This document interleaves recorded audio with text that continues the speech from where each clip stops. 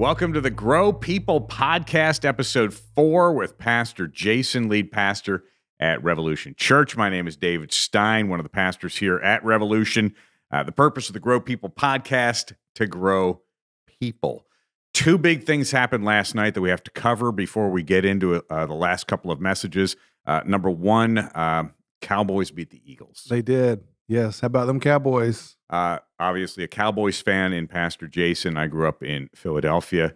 I was actually told, what did you say about the Philadelphia fans?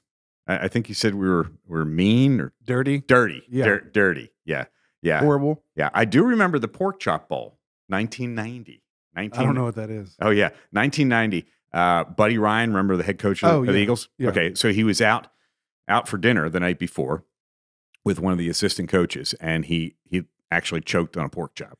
And I'm not making this up. And he had to have the Heimlich maneuver. Yeah. And saved his life. Oh, wow. And Tex Schramm, who was the president of the Cowboys at the time, he dubbed it the Pork Chop Bowl. Oh, okay. So not a lot of love for the Philadelphia Eagles. No, and I noticed you said that you're from Philadelphia. You didn't say I'm an Eagles fan. You said I'm a Cowboys fan. You're from Philadelphia. I am a closet Cowboys fan. From the time of Everybody is from the time of Roger Staubach to Tony Dorsett. That's right.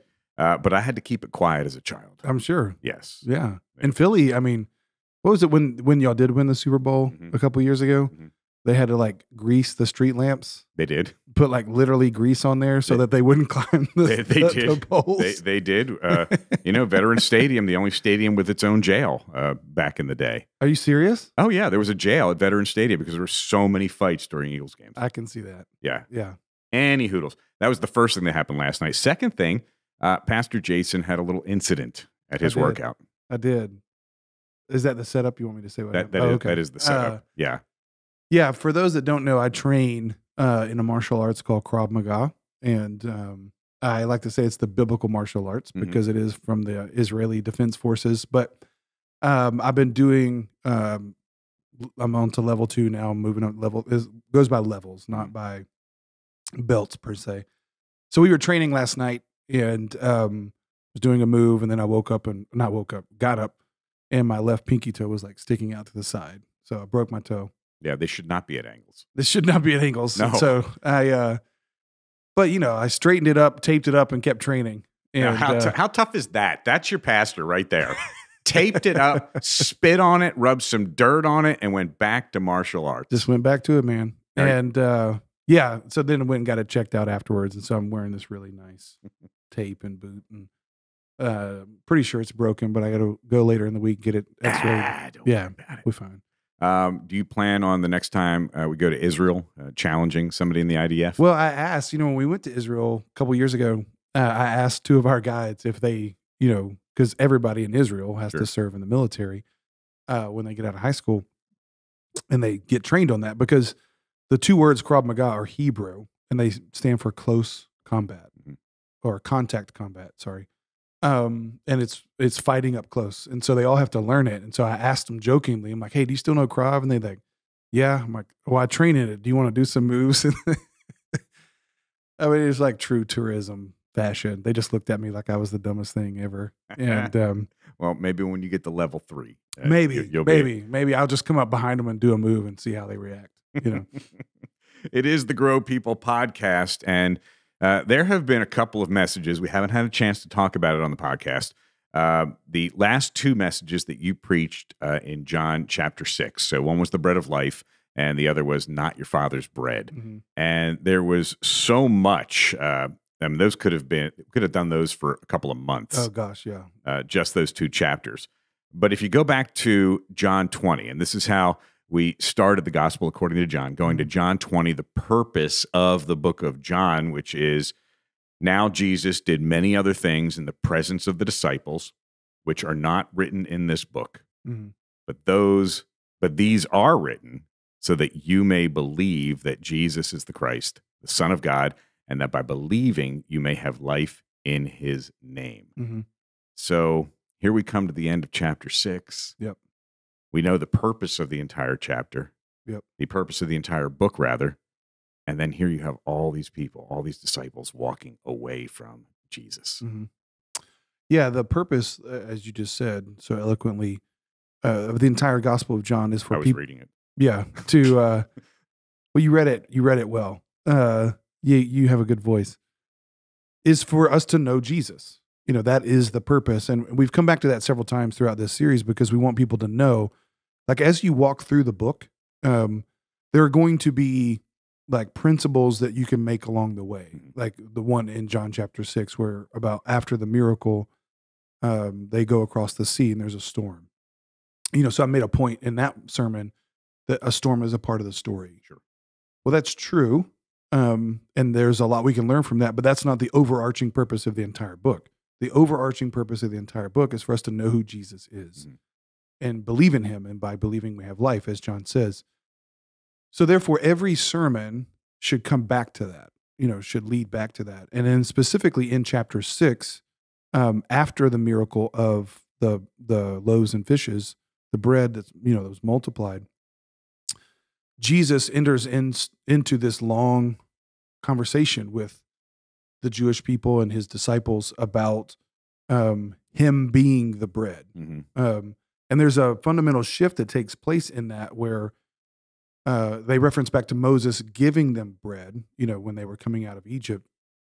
And the shift in that chapter, which goes to the overarching point of the book, is Jesus is saying, listen, I didn't come to give you bread like Moses did. Right.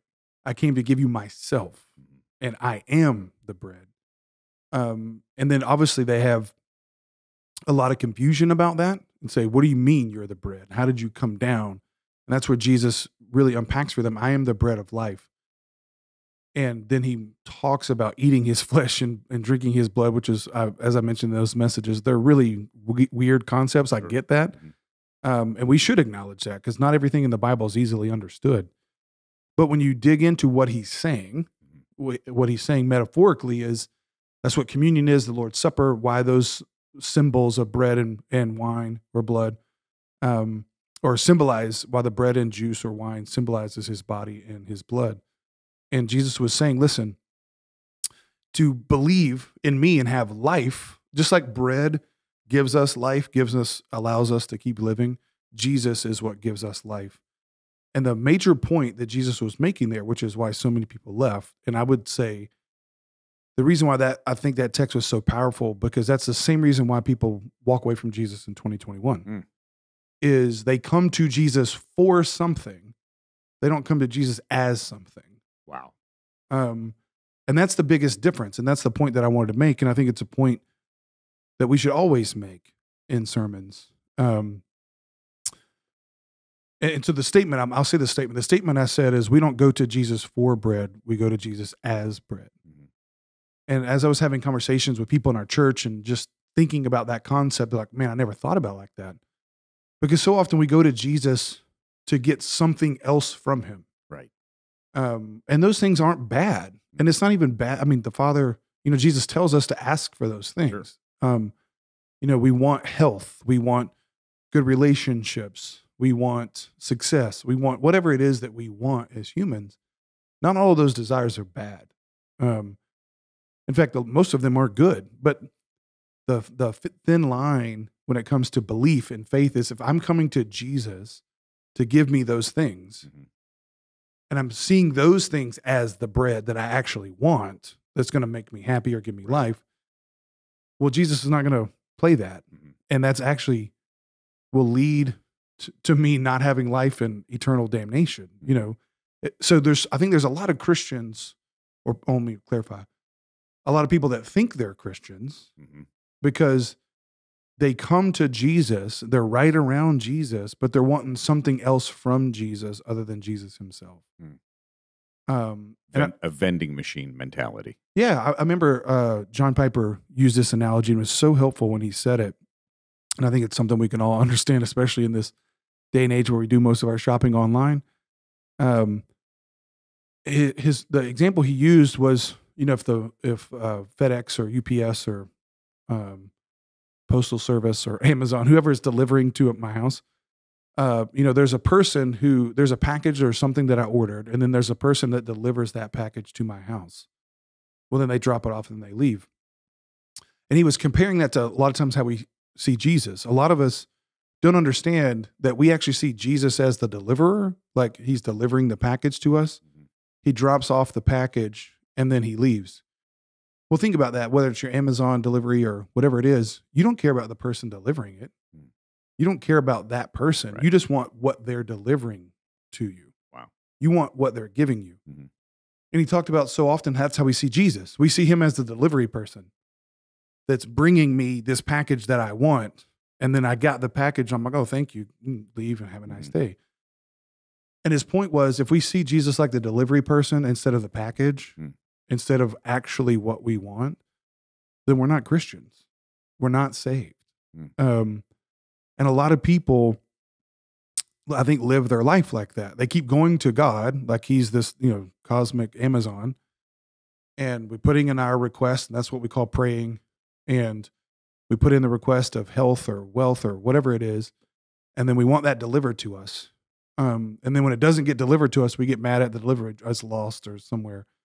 But his entire point and my entire point, I think Jesus and John's entire point in John chapter 6 is, quit looking at me like that.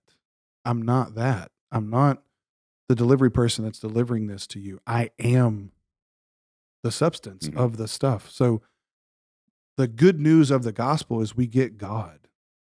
And I think so many times, and I mentioned this in the sermons too, the way we talk about heaven, so many people describe heaven, but God is not in the description of it. It's a place. And I've said this before, and back in the day, people, I had a few people get upset. Not upset, but like, oh, you're saying heaven's not a place? I'm like, no, heaven's a place. But heaven is way more about a person than it's a place. But that's not how we describe it. We describe it as, streets of gold, pearly gates. Peter's not standing at the front. That's a Catholic tradition. With a filing cabinet. Yeah, exactly. He's not there. He's not the one who holds the keys to it all. And then our grandparents are there, or people we love, and our dead dog, all those things. Heaven is like, oh, I'm going to this place. And the point that I've always tried to make is Jesus didn't die to get us to a place. Jesus died to get us to a person. Right. So we have to be very, very careful in how we talk about Christianity and our faith and believe that we don't see God, we don't see Jesus as a means to something else that we want. Instead of God himself. Well, I think we've all experienced, I know I have certainly experienced the emptiness of going to Jesus for something. But going to Jesus as King, going to Jesus as Lord, going to Jesus as someone to magnify and to glorify. And this ties into one of our family culture statements. You don't get what you want doing what you want. Yeah. You get what you want doing what you need to do to get what you want. So if we're going to Jesus for our own purposes, what we want from Jesus, that's not going to get us what we want. No, and I would even step back one step further and say, what is it that we want? Right. That's really what we're talking about. And the principle you're saying is true regardless of what we're talking about. And the idea of we don't get what we want by doing what we want, but by doing what we need to do to get what we want, which came out of a book that we read called Aligned Thinking. But the question of the gospel is not just that, or the question of the Christian life. Because so many times about the Christian life, even that phrase, we don't get what we want by doing what we want, but doing what we need to do to get what we want. So let me say it like this. If what I want from Jesus is a good life, I want good things, then I'll do what I need to do to get what I want. I'll go to church. I'll serve. I'll do all these things. And people do that for decades, and then they don't get what they want, and then they walk away. Right. So the reason why I'm saying I would step back one step is say, okay, actually, what do you want? And the point of John, or really the point of Jesus that John was trying to say in John 6 is Jesus will not have it any other way. Jesus, he is the bread. He is the juice. I mean, the wine. He is the substance of the things that we want. And so if Jesus is not what we want, then we need to really ask ourselves a hard question. Well, what is it that I want? Excellent. And if I want things from Jesus instead of wanting Jesus, then I'm not a Christian. And that sounds shocking to people at times. It is, but we're not hearing that from culture. No.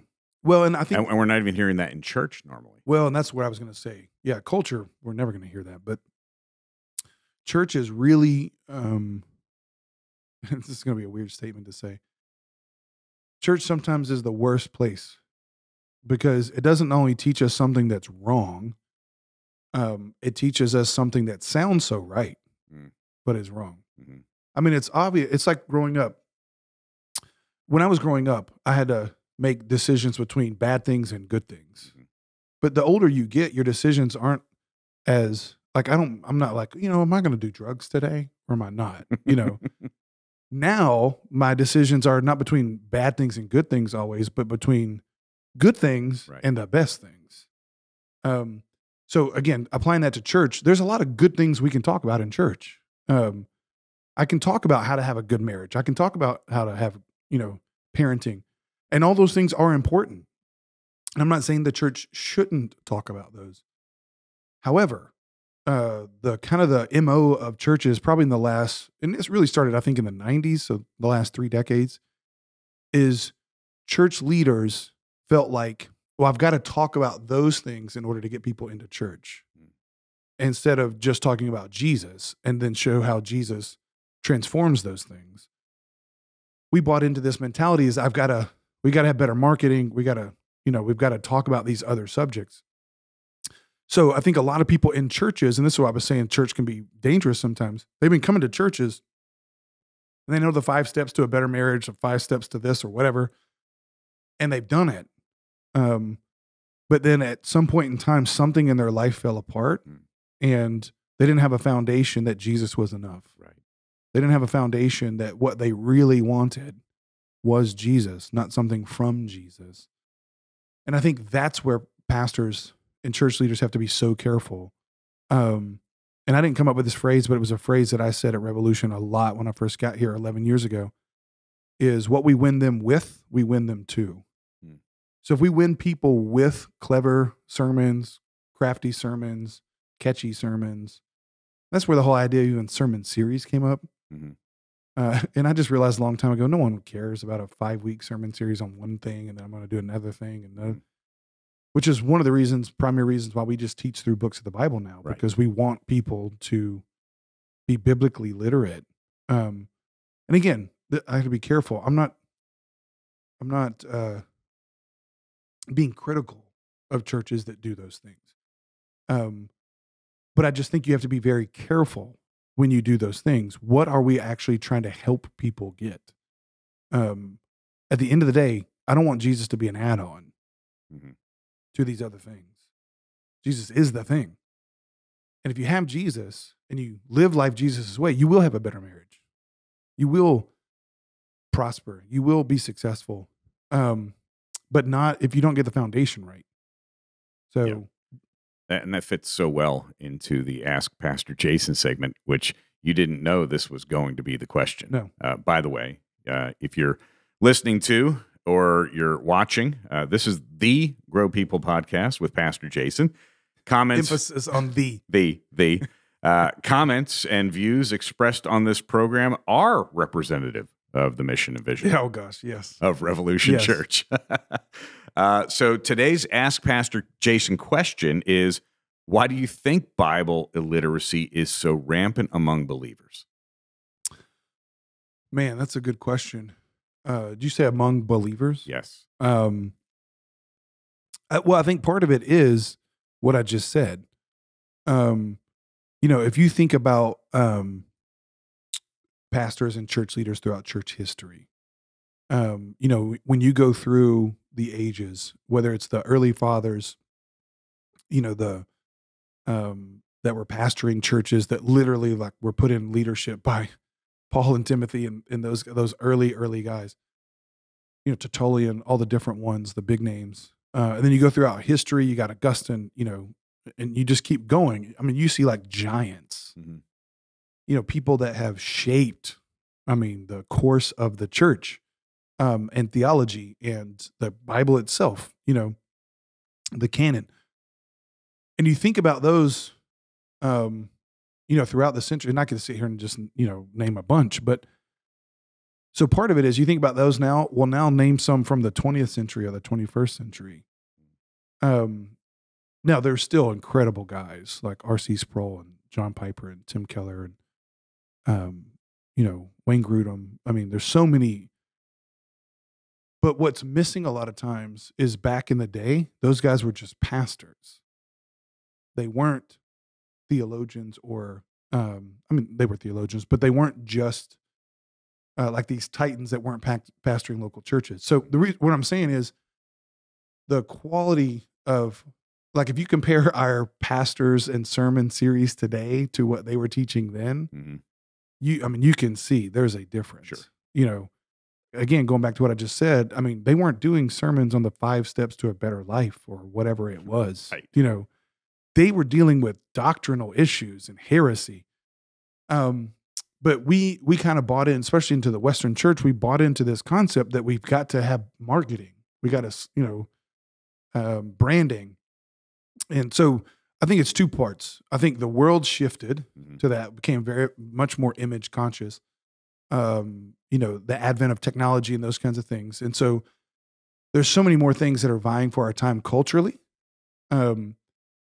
which leads to biblical illiteracy. People don't realize that literally the Bible, the printed book that we have, was like an amazing technological advancement. Right. From the printing press. And the Bible was the first book ever printed. And, in the 15th century when it shifted, because for 1,500 years, people didn't have the printed book. And so Christians were on the cutting edge of technology then, and putting the Bible in the hands of people, which was was part of the Protestant Reformation that broke off from the Catholic Church, was on that issue, was people actually having the Bible and reading it for themselves. But that led to such a, explosion of faith and multiplication, which was good.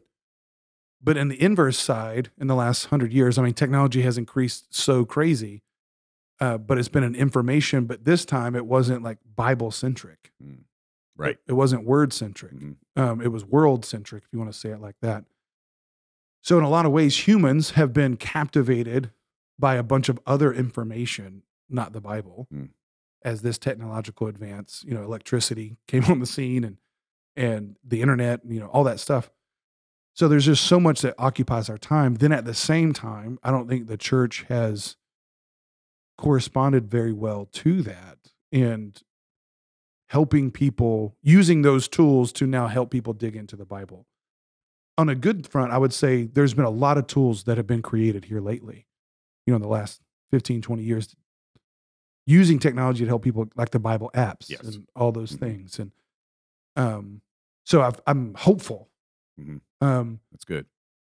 But I think one of the biggest reasons why people aren't biblically literate is their church was being done differently. And it was more about come and hear this person than it was come and hear the Bible. Right. And that's why, people who come here, and we've had over 800 first-time guests since Easter of 2021. Yeah, it's amazing. And when we talk to all of the first-time guests, because we call them all on Sundays, we hear the same thing over and over again. I've been looking for a church that just preaches out of the Bible, that just preaches the Word, because there's such a familiarity in our culture of, I probably have 7 Bibles at home. Yeah. And then I have my phone and all the apps on my phone where I can access the Bible. Yeah. But I've shared this story before of my wife living in China for a year, and she gets into a cab and they give the cab driver a Bible, and he starts to tear it up. Well, he's yelling and tearing up this Bible, and they think, oh no, they're going to get arrested. They're going to wind up in a prison. And in broken English, he tells them, we don't have Bibles.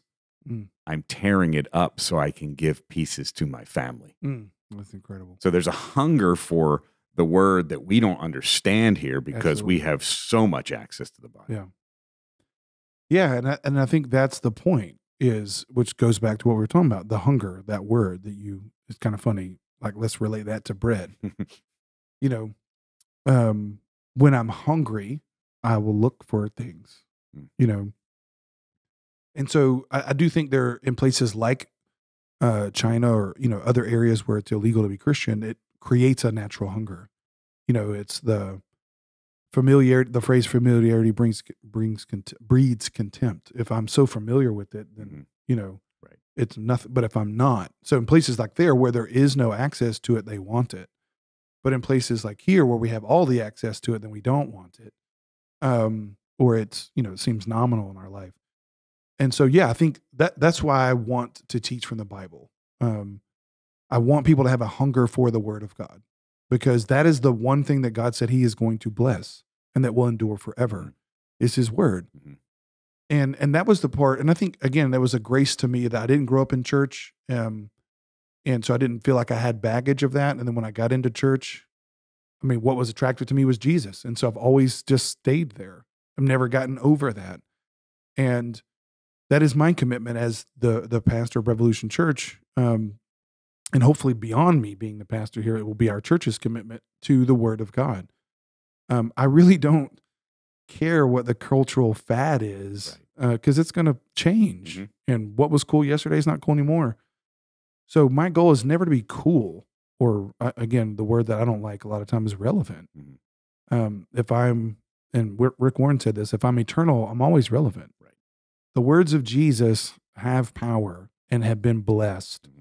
And that's what the Holy Spirit hovers over to bring forth. So the power has been vested in the word. And so therefore, and it's true whether I'm preaching or whether I'm reading it. I can read an article on Facebook, or I can read an article, or I can read a book, and none of that's bad, but there's no power vested in that. Right.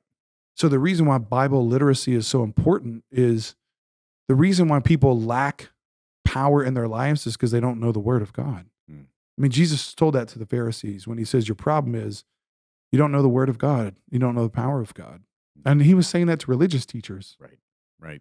And I love how you phrased it, but you're encouraged. And I'm encouraged simply from the response of people. Because, if you poll 2 or 3 people, that's not a synopsis of No. everyone. But you start polling hundreds of people who are coming to a church, and you hear the same thing. We want the word. We want the word. We want the word. Yeah. It's very clear that 2020 and 2021 have forced people into, there's only one place to go. Absolutely. As Peter said, where else are we going to go? Where else are we going to go, Lord? Yeah. Well, and I think, again, stepping back, and maybe we can address this, because, in fact, I just got a question this week about it. And one of those sermons the last couple of weeks, I referenced the end times and talking through that. And I had a question from somebody in our church about previous sermons I had done on that. But I was making the point of, we have to be so, when coronavirus first came on the scene and all these things happened, everybody is so quick to blame the devil. Everybody's so quick to, there's got to be some other reason why this is going on. It's not God. And again, we're getting into deeper theological stuff here, but my point to our church was simply that it is God. And that's what Jesus was saying to them when he said, I chose you, and yet one of you is a devil. And his point was I'm controlling even that. Right. Even the negative thing, the worst thing that's ever happened was Jesus was betrayed by Judas, but Jesus was in charge of that. He chose the guy who did it. Well, that's God's sovereignty over it. And so going back to how the church responded, the church, or America specifically, came out of, in the 80s, we were very prosperous as a nation and country. We came out of really bad inflation, and, a lot of things were going on that time. And so that led to this prosperity. And then out of that, the church gets very comfortable. And that's why I think a lot of churches were responding the way they were. And they weren't dealing with real heavy stuff. Right. I'm not saying there wasn't bad things going on in the world. There was. But then you look at, September 11th, that kind of wakes us up, and and then now, COVID.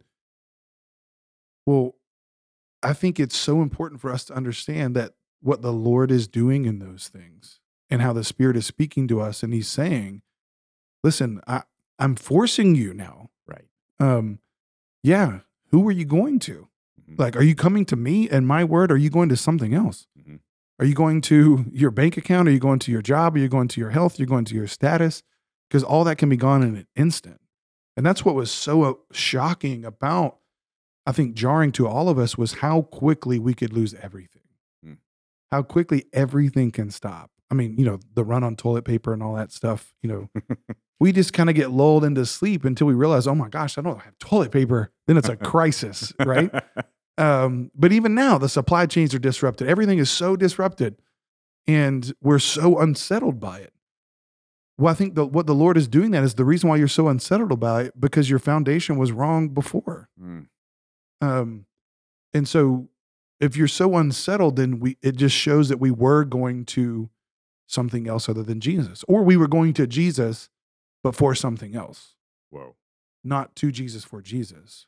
But we've got to get to that place like Paul did, where he said, listen, for me to live is, for me to live as Christ, to die is gain.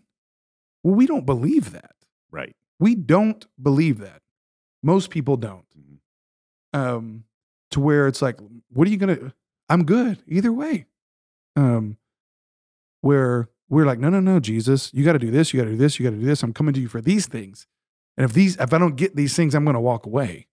Well, sometimes the best thing that Jesus can do for us is either A, give us those things so we see how shallow they are. Right. Or B, take all those things away from us to force us to say, are you really coming to me for me? Bringing it full circle, coming to Jesus as bread. As bread, not as for bread. Well, lots of deep stuff today on the Grow People podcast. Thank you, Pastor Jason. If you'd like a transcript of today's podcast, just write down everything we said. And we've been looking for that joke never gets old. We've been looking for little tags for the end of the podcast, end of the show. I'm going to try this one out. All right. Okay. This is one of your. I haven't heard this. This is one of your phrases. So we'll have to practice it where you end the podcast with this. I end it. Yeah. Trust God and take a nap. Trust God and take a nap. And is there any better way to go into the rest of the day? No. Again, I wasn't a big nap taker before, but the whole idea of taking a nap is I can't rest. I got to keep doing something. Mm-hmm. Well, God built us to where we have to sleep, and He's running the world. So actually taking a nap is a sign of trust. Amen. So yeah, I like that one. Trust God, take a nap. Okay, that's it.